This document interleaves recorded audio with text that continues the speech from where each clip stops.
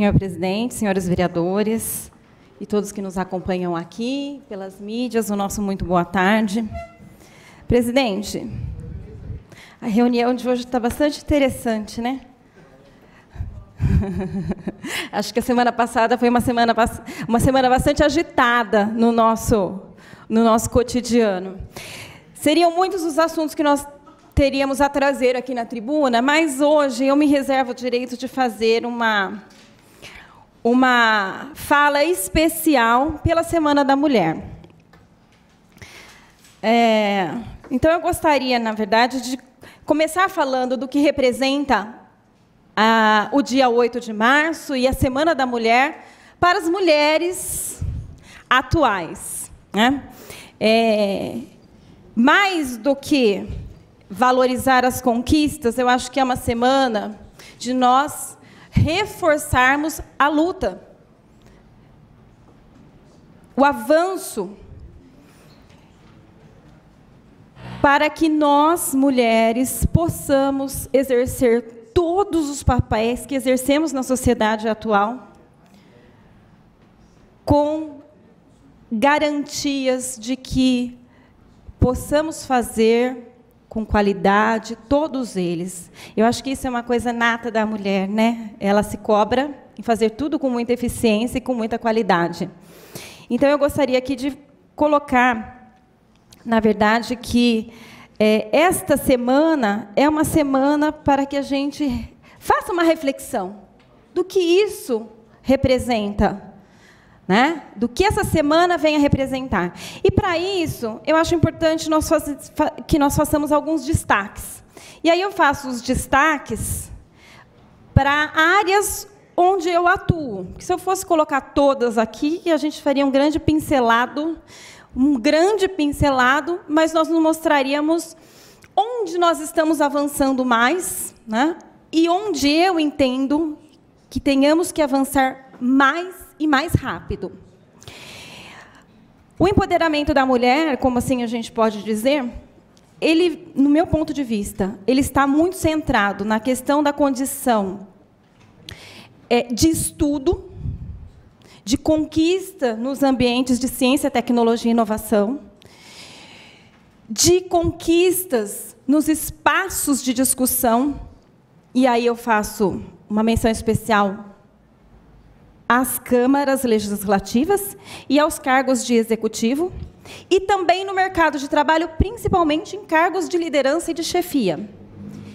Eu acho que quando a mulher se mostra muito nesses ambientes, nós estamos mostrando toda a força da mulher em todos os demais espaços e conquistando avanços significativos sociais e econômicos e de garantias de valorização da mulher, seja ela na questão da segurança, seja ela na saúde, na educação e tudo mais. Eu gostaria aqui de fazer uma observação com relação à questão do cenário de ciência, tecnologia e inovação, né? Que, ainda que o crescimento da participação feminina seja uma realidade, né? Considerando, por exemplo, bolsas concedidas pelo Conselho Nacional de Desenvolvimento Científico e Tecnológico, CNPq, nos últimos 15 anos, há um leve aumento no percentual de mulheres em relação ao total, mantendo uma divisão quase igualitária entre homens e mulheres no total das bolsas concedidas. Em 2001, as mulheres representavam 47% do total. Em 2016, foram 49%. Né? Mas, quando os números são detalhados por modalidade e grandes áreas, as desigualdades aparecem. Então, nota-se, por exemplo, a manutenção da predominância masculina nos grupos de alto nível da produção científica, bolsistas de produtividade e pesquisa do CNPq. Em 2001 a 2016, houve um aumento de 4% das mulheres contempladas com essas bolsas, mas elas continuam na casa dos 30% no total de bolsas concedidas. Hoje, as bolsistas dessa área representam 35% do total. Por outro lado, na modalidade de iniciação científica, que vem aí uma nova geração, porque a iniciação científica começa na graduação, então é uma geração de mulheres diferentes da minha geração, por exemplo, né? Esse cenário é invertido, já é invertido, e conta com um aumento de 5% da presença feminina entre as bolsistas de iniciação científica nos últimos 15 anos. Atualmente, do total de bolsistas dessa modalidade, 59% são mulheres. E aí a gente comemora, lógico, né? É uma geração de mulheres que chega com uma segurança muito grande, uma formação diferenciada e que, no meu ponto de vista, assim, eu acredito que seja uma geração que vem para fazer muita diferença na sociedade atual.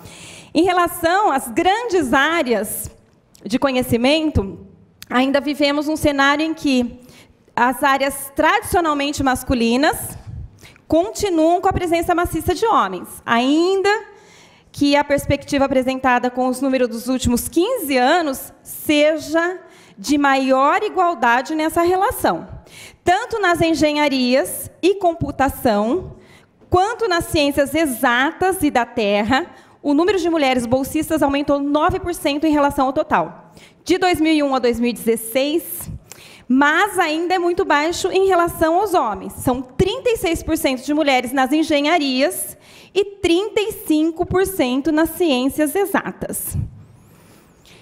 Por outro lado, é interessante ainda nós fazermos uma constatação aqui com relação aos grupos de pesquisa. Os grupos de pesquisa que envolvem pesquisadores de todo o país, bolsistas não contemplados pelo CNPq.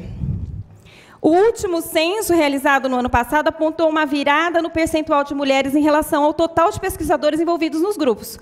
Hoje são 50,4% mulheres, enquanto, em 2000, esse número era de 43,6%. Então, é um avanço muito significativo. E, considerando ainda a liderança destes grupos de pesquisa, há também um crescimento importante. Em 2001, 39,4% dos líderes eram mulheres, e hoje esse percentual representa 46,6%. Eu gostaria ainda, presidente, de colocar aqui uma constatação das vagas de trabalho. O IBGE mostra que entre 2009 e 2013 houve um aumento da presença feminina nas vagas de trabalho formal no Brasil. O público feminino atingiu 43% de participação, enquanto 57% ficavam com os homens. Apesar do crescimento, a diferença salarial ainda é grande. Segundo os dados coletados pelo CAGED, em 2015, o salário de uma mulher formada com MBA é de 34% menor comparado com um homem nas mesmas condições. Quanto maior o grau de instrução, maior a diferença. Outra constatação que eu gostaria de fazer aqui é com relação aos espaços de discussão, de poder, nas esferas, e aqui eu coloco municipal, e também em nível nacional. Na Justiça, por exemplo, no Supremo, só há 2 mulheres entre 11 ministros.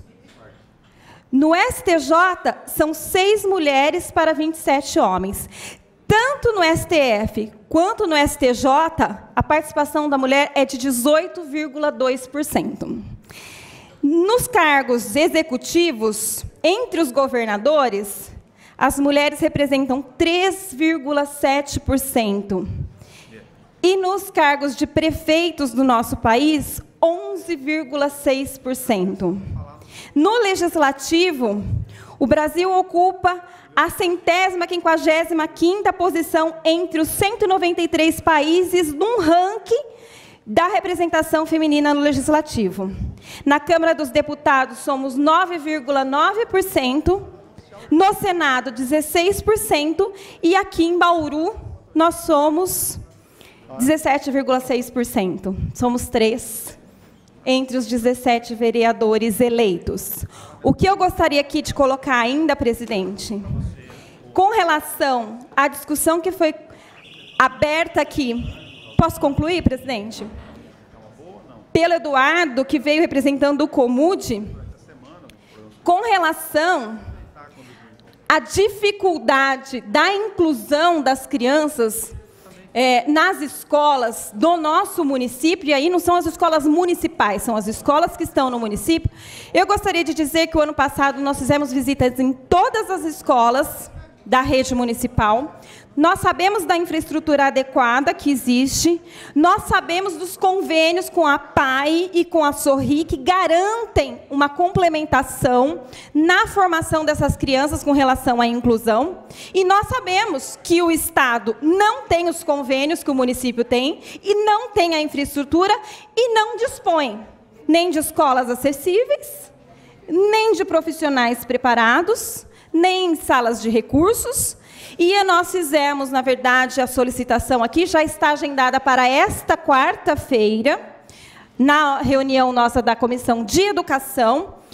Nós já convidamos o Estado para participar, estamos em contato com as professoras Beatriz e Liane, que são responsáveis pela educação especial no Estado, e já temos a confirmação da Secretaria Municipal de Educação, com a própria professora Isabel, que é a secretária, e a Carla, que é a responsável pela educação especial, para que nós possamos, sim, encontrar caminhos. Não é justo que só o município esteja com as escolas preparadas para receber as crianças da educação especial, e, num momento de crise em que não pode contratar, nós termos aí a deficiência, né, de um serviço a ser oferecido, porque acaba absorvendo toda a demanda do município, um déficit de 15 cuidadores e mais professores para cuidarem dessas crianças. Então, nós temos que encontrar o caminho, e o caminho, presidente, só pode ser no Estado assumindo, porque nós não podemos esquecer que no município, escolas de 6º ao 9º ano, nós temos apenas 5. Então, realmente, fica impossível para o município absorver toda a demanda da educação especial. E com relação ainda, presidente, só para concluir, com relação ainda à questão da educação, falando do Dia Internacional da Mulher, é importante a gente dizer que 50% das mulheres do nosso país, depois da maternidade, não voltam ao mercado de trabalho, justamente por falta de estrutura escolar para acolher as crianças. Obrigada, presidente.